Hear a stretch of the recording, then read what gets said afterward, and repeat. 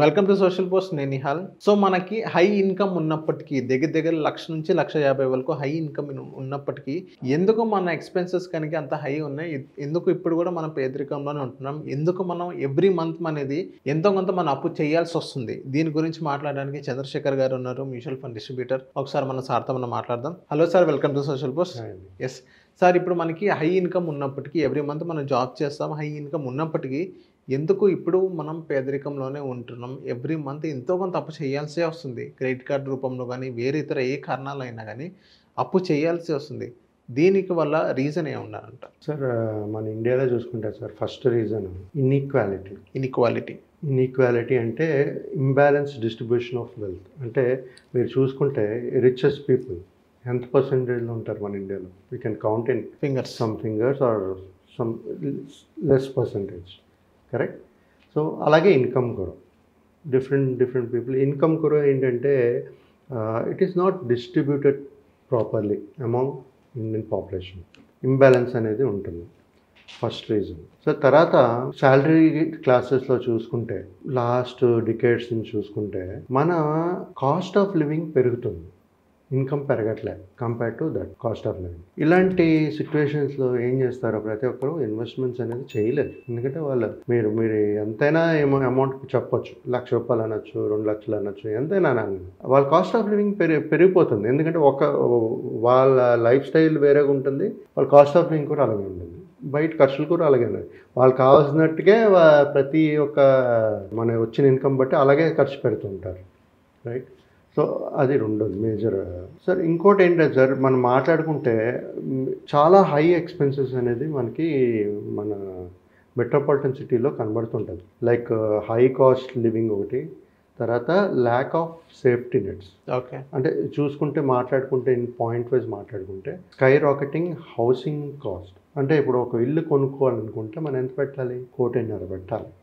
ఇప్పుడు మీరు చెప్పినట్టుగా ₹1,00,000 సంపాదిస్తారంటే ₹1,50,000 ఫ్లాట్. ఇప్పుడు ఏంటంటే ప్రతి ఒక్కరికి ఏంటంటే కోటి అన్నీ కావాలి, అన్ని ఫెసిలిటీస్ కావాలి. ఒక గేటెడ్ కమ్యూనిటీ ఉండాలి, ఒక స్విమ్మింగ్ పూల్ ఉండాలి, ఒక వాకింగ్ ట్రాక్ ఉండాలి, ప్లే గేమ్ ఏరియా ఉండాలి, అన్నీ ఉండాలి. కానీ కాస్ట్ అయితే తక్కువ ఉండాలి.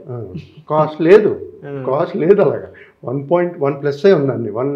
1 crore పైనే ఉంది, 1.45 CR అనుకుందాం సార్. అలాంటి వాళ్ళు ₹1,00,000 సంపాదించిన వాళ్ళు అలాంటి ఫ్లాట్ కొనుక్కుని ఎలాగ ఇన్వెస్ట్ చేయగలరు? They cannot invest, right? అవును. సో ఆ అప్పులే మళ్ళీ 20 సంవత్సరాలు కట్టుకుంటూ ఉండాలి, ఇంకా అప్పులు అవుతాయి. సో నేను చెప్పేది ఏంటంటే వాళ్ళు వచ్చింది సరిపోతుంది అనుకుందాం. పోనీ ₹1,00,000 ఇల్లు కొన్నారు, ₹1,00,000 పెట్టి కొన్నారు, ఏదో కష్టపడి ఏదో బతుకుతున్నారు అనుకుందాం. బట్ ఇన్వెస్ట్మెంట్స్ అనేది చేయట్లేదు కదా. That's why they are becoming poor, they are not becoming rich. I'm not saying they are becoming poor, they are not becoming rich. అంటే వెల్త్ క్రియేట్ చేయలేకపోతున్నారు because they are not able to invest, they don't have money to invest. So ఇది major reason sir. తర్వాత ఇది తీసుకుంటే ఒక private మన ఇప్పుడు కొన్ని కంట్రీస్ ఉంటాయి, కొన్ని కంట్రీస్లో ఏం చేస్తారంటే మన జీతంలోనే ఎంతో కట్ చేసుకుని కొన్ని సర్వీసెస్ అనేది ఇస్తారు. లైక్ జస్ట్ US కానీ సమ్ అదర్ కంట్రీస్ తీసుకున్నాం. హెల్త్ కేర్ జీతంలోనే, ఒకవేళ మీకు ఉద్యోగం లేకపోయినా సరే టుమారో ఇవాళ పని చేస్తున్నప్పుడల్లా మీద డబ్బులు కట్ చేస్తారు, మీకు ఒక హెల్త్ కేర్ ఇస్తారు, మీ జీవితంతో హెల్త్ కేర్ అనేది టేక్ కేర్ చేస్తారు వాళ్ళు. అలాగే పిల్లల ఎడ్యుకేషన్ కొన్ని countries, not talking about all countries, they are taking care of. మన ఇండియాలో ఆ రెండు లేదు.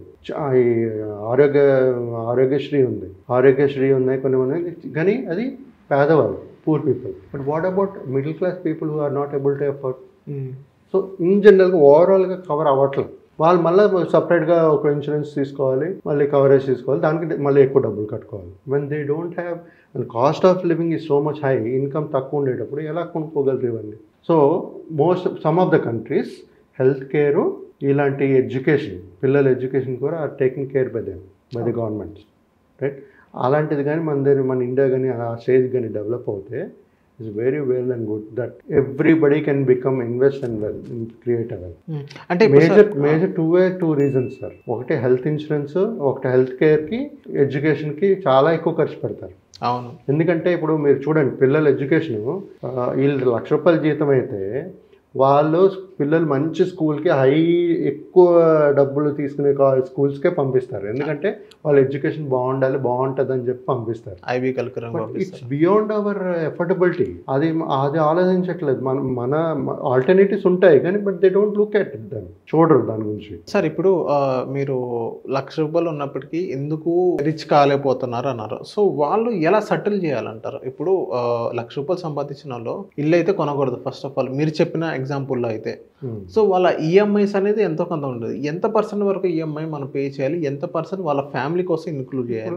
అదే సార్, ఇప్పుడు అదన్నీ ఏంటంటే ఒక్కొక్క పర్సన్స్ అఫోర్డబిలిటీ, లైబిలిటీస్ బట్టి ఉంటుంది, వాళ్ళ రిస్క్ బట్టి ఉంటుంది, ఎంత తీసుకోగలరు ఏంటి అనేది అన్నీ చూసుకుంటే కానీ ఒక ప్రాపర్టీ కొనాలా లేదా అనేది చెప్పలేము. ఓకే, బ్యాక్ డ్రాప్ కూడా చూసుకోవాలి. మనకి కొంతమందికి ఏం ఉంటుందంటే ఆస్తులు ఉంటాయి, పొలాలు ఉంటాయి, ఆస్తులు ఉంటాయి, ప్లాట్స్ ఉంటాయి, కానీ ఇల్లు ఉండదు. వాళ్ళ సినారియో వేరు, అసలు ఏమీ లేదు. సరే, వాళ్ళ సినారియో వేలు. ఇప్పుడు కార్పస్ అనేది ఒక 1 crore అనేది వాడు టచ్ అవ్వాలంటే, ఎస్ఐపి చేయాలంటే, ఐ మీన్ బికమింగ్ రిచ్ అవ్వాలంటే, సో వాళ్ళు 15-15-15 రూల్ ఫాలో అవ్వాలంటారా, లేకపోతే ఇంకేమైనా అప్డేట్ చేయాలని అంటారా? సార్ ఈ కాలంలో ఈ టైంలో నన్ను అడిగితే నేను 15-15-15 చెప్పను, 15-15-12 చెప్తాను. 12 చెప్తారు. ఎందుకంటే నేను ఎప్పుడు ఆ నంబర్ ఏదైతే రిటర్న్స్ ఉంటుందో అది ప్రాక్టికల్గా నేను 12 తీసుకుని మాట్లాడతాను. ఎవరితో 15 వచ్చే ఛాన్సెస్ ఉంటాయి, but we will go with 15-12% returns only. ఎవరికైనా there are 2 ways of creating wealth అండి. ఒకటేంటి lump sum, SIP, staggered way, 2 ways. అది మార్కెట్ సినారియోస్ బట్టి మన ఇన్వెస్ట్మెంట్స్ అనేది చేసుకుంటూ వెళ్ళాలి. ఇది కాకుండా సార్ చాలా స్కూల్స్ చాలా ఎక్స్పెన్సివ్ అయిపోయింది. హాస్పిటలైజేషన్ కానీ ఎప్పుడైనా అయితే వెరీ ఎక్స్పెన్సివ్. సో ఇవన్నీ, ఇది కాకుండా జస్ట్ మన నార్మల్ ట్రాన్స్పోర్టేషన్ చూడండి, అవును, సో ఎక్స్పెన్సివ్. సో ప్రతి ఒక్కరు ఎఫర్ట్ చేయలేరు కదా. ఇప్పుడు తెలంగాణలో ఉమెన్స్కి ఫ్రీ పాస్ ఇచ్చారు కాబట్టి ఇటు తిరుగుతున్నారు. But what are the rest of the people who are not able to afford? అది కాకుండా సార్ ఇంకో మెయిన్ రీజన్ ఏంటి తెలుసా? వాళ్ళకి వచ్చిన డబ్బులు, ఇప్పుడు చాలామంది ఏం చెప్తుంటారంటే మాకు వచ్చిన జీతము ట్యాక్సే కట్టడానికి సరిపోతుందండి అంటారు. అవును, ట్యాక్స్ కూడా ఎక్కువ ఉంది అని అంటారు.